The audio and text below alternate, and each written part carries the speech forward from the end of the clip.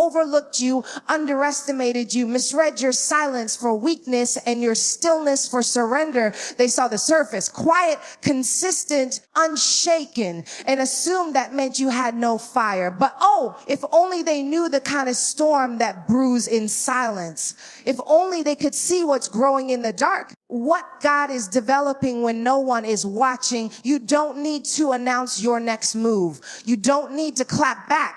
You don't need to prove anything to anyone, because when destiny has your name on it, no denial, no delay, and no dismissal can stop what's coming for you. See, there's a season where you show up, and there's a season where you grow up. This is your growing season. This is the season where you don't post about it. You don't parade it. You don't perform for likes or applause. You just become. You become the version of you that can handle the room they didn't invite you into. You become the version of you that can walk in purpose without needing permission. Let them scroll and wonder. Let them whisper and speculate. Let them miss your presence while you build your power, because the same people who counted you out are the same ones who will be confused when God counts you in. This is not your season to explain. This is your season to evolve. And baby, evolving is loud even when you're quiet. Evolving turns absence into power.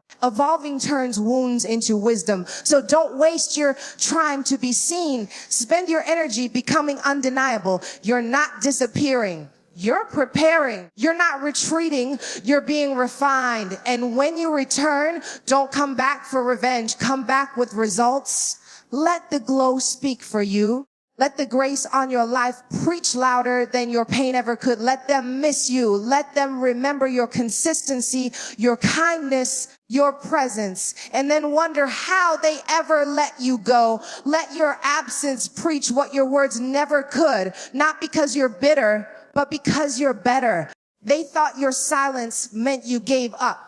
They looked at your stillness and thought it was surrender. But what they didn't understand is that silence, real divine silence, is a strategy. Sometimes the loudest move you can make is not making a move at all. Not because you're scared, not because you don't have options, but because you're letting God write the script instead of forcing your way into a scene that doesn't deserve your presence. See, when you grow up in chaos, you learn to find safety in stillness. When you've been broken in public, you learn the healing happens in private. You learn that every response doesn't deserve your energy. Every invitation doesn't require your whys. And every attack doesn't need an answer, because you know what they don't. Silence is sacred when you're aligned with something greater than you. You're not silent because you're weak. You're silent because you're wise. You're letting heaven fight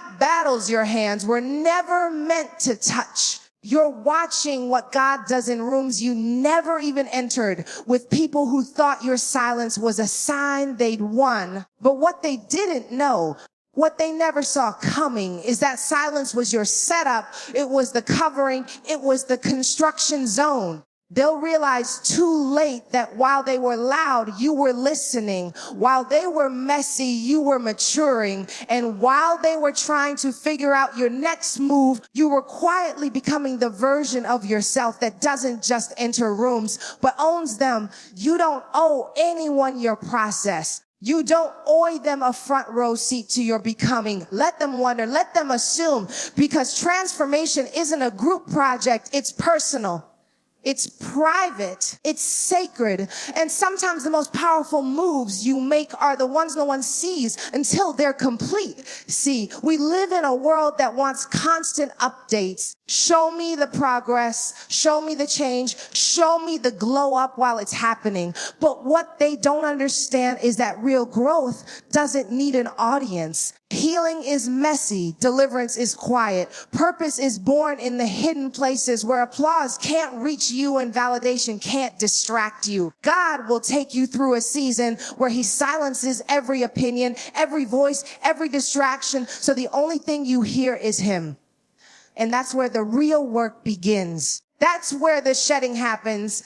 That's where you let go of the version of you that settled just to be accepted. That's where you stop shrinking so others feel comfortable. You don't need to post your progress for it to real. You don't have to explain your peace. You don't need permission to heal, to grow, to rise. Let them think you disappeared. Let them think you lost your spark. Because by the time they realize what you were really doing, it'll be too late to catch up to the version of you that finally stopped asking for approval and started walking in authority. You were the light in their darkness, and that's why it felt so heavy. That's why you were exhausted even when you hadn't done anything wrong. Because being light in a room built on illusion, on ego, on manipulation, it's not easy. You weren't just surviving, you were holding space. You were carrying clarity into confusion, love into fear, truth into a place that only knew control. And they saw it. Don't think for a second they didn't.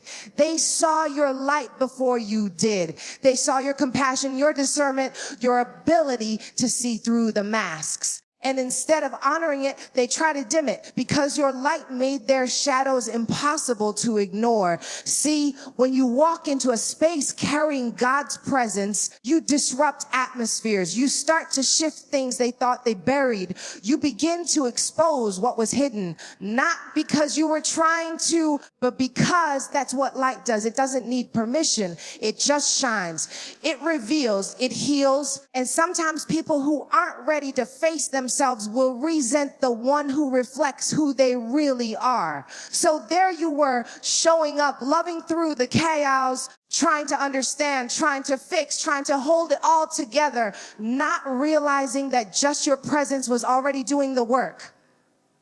You weren't the problem. You were the exposure. You were the accountability. You were the evidence that something real, something pure, something anointed was still possible. And that terrified them.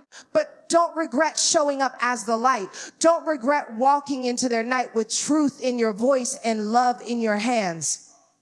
Because whether they ever admit it or not, your presence was divine interruption. You weren't there to fit in. You were there to illuminate. The enemy doesn't come for the empty. He comes for the oil. And some of y'all have been wondering, why me? Why did I get caught in that cycle? Why did I attract someone who used me, drained me, left me questioning everything about myself? Baby, it's because you're carrying something holy, something costly. Something that hell has been shut down since the moment you were born. That oil on your life, your calling, your voice, your ability to love when you've never been loved right. That's not ordinary. That's legacy. That's breakthrough.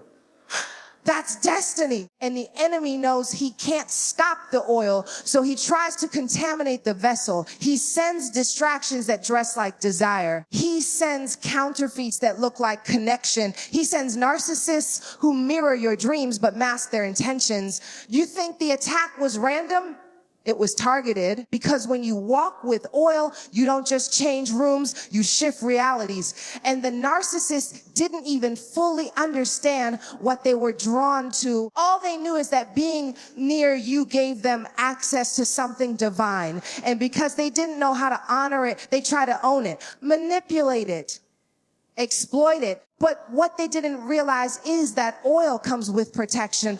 Oil comes with process. And even when they tried to break you, they couldn't touch the core of what God put in you. You may have walked out wounded, but you didn't walk out empty. That oil is still flowing. That power is still yours.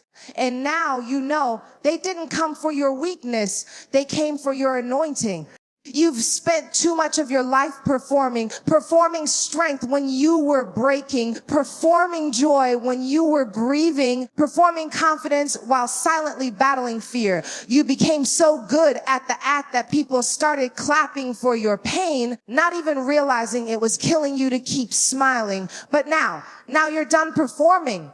Now you're becoming. There's a difference between looking healed and being healed, a difference between looking blessed and knowing you're walking in favor. You don't need the applause anymore because what God is building in you doesn't need an audience to be authentic. You're stepping out of the role they cast you in and stepping into the identity heaven wrote for you. Let them talk. Let them question. Let them scroll right past you because you're not putting on a show anymore. You're not chasing validation. You're not working overtime to be accepted by people who only love the version of you that kept them comfortable. No, now you're becoming the version of you that doesn't ask to be seen, but can't help but stand out. Not because you're loud, not because you're flashy, but because there's oil on your life, and oil can't be faked. So walk like you got nothing to prove and everything to protect, because you do.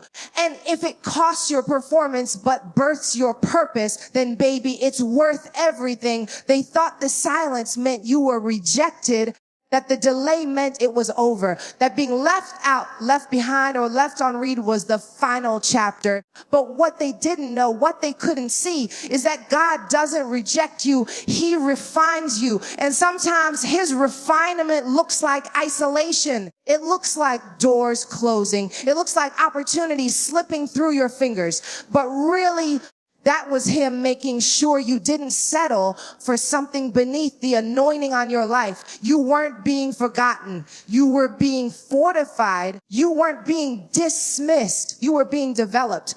God will pull you back, hide you, strip you of the things you thought made you worthy. So when you rise, you know your identity was never in what they gave you, but in who he created you to be. Let them think you were overlooked.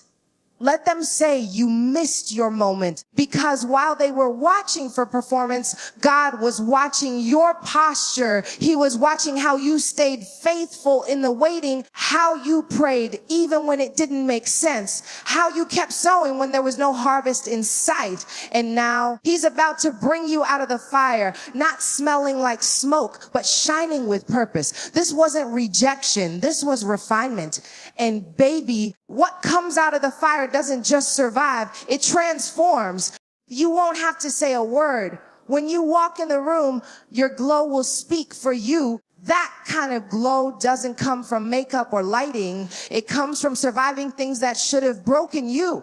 It comes from healing in silence, from trusting God when everything around you was falling apart, from rebuilding yourself piece by piece with no applause, no spotlight, and no one clapping in the background. They won't understand how you're still standing. They won't get how you're still smiling, still walking with grace, still carrying peace like a crown. And that's okay, because your glow isn't for their understanding. It's for God's glory. What they see shining on the outside is just the overflow of the fire he lit on the inside. You don't need to post it. You don't need to prove it. Just show up. Let the way you carry yourself preach louder than any sermon. Let the way you forgive, the way you move with wisdom, the way you no longer engage in battles that are beneath your calling, let that speak. You used to beg to be seen, used to shrink yourself to fit into rooms not built for your light. But now you know what you carry. Now you know that favor doesn't have to shout. It simply shows up. The glow is the evidence. The glow is the fruit. And the glow, that heavenly glow, that's the kind of testimony no one can argue with. You don't need revenge. That energy is heavy, and it will weigh you down when you're meant to be soaring. Instead, come back with results. Let your comeback be so powerful, so undeniable, that it leaves no room for doubt or debate, because real victory isn't about proving people wrong. It's about proving God right. When you focus on results, you're shifting from reaction to resurrection. You're moving from bitterness to breakthrough. You're no longer trying to get even. You're getting better. And that kind of growth, that kind of success doesn't just change your story. It rewrites generational legacies. Let the ones who doubted you watch in silence as you walk in purpose. Let the ones who dismissed you wonder how you found the strength to rise above. But don't waste your breath on explanations or justifications. Your life's work, your peace, your prosperity. That's your response. You come back not with a shout, but with a song, not with anger, but with authority, not with bitterness, but with blessing.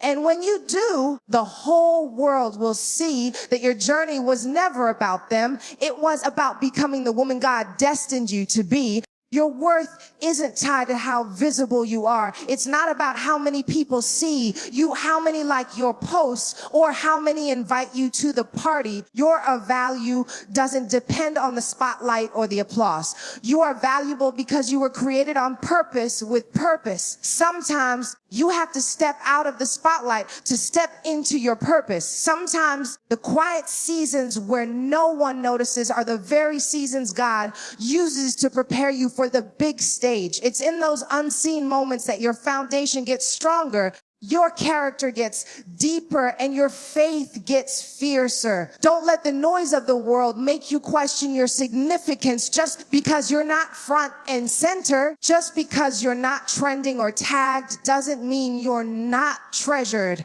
The worth God gave you isn't based on human approval. It's anchored in his love, unshaken and unshakable. So when you're in the background, building, praying, growing, remember this: your light doesn't need to be on display for it to shine. And when God's time comes, that light will illuminate everything, whether the world was watching or not. Your worth is forever. Your value is eternal, and nothing can ever take that away. Letting them miss you isn't about punishing anyone. It's about honoring yourself. It's about recognizing that your presence, your energy, your time are sacred gifts, and you don't have to give them to just anyone. You don't have to be available for every call, every text, every demand on your heart. Sometimes stepping back is the most loving thing you can do for yourself and your future.